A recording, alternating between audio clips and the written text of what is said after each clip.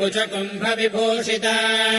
रत्नाङ्गदादिललितकर पद्मचतुष्टया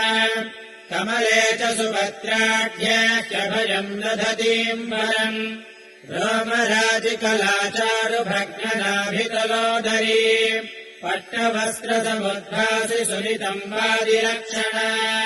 काञ्जरस्तम्भविभ्राजद्वरजानूरुशोभिता स्मरकाहलिका गर्वहारिजङ्घाम्बरिप्रिया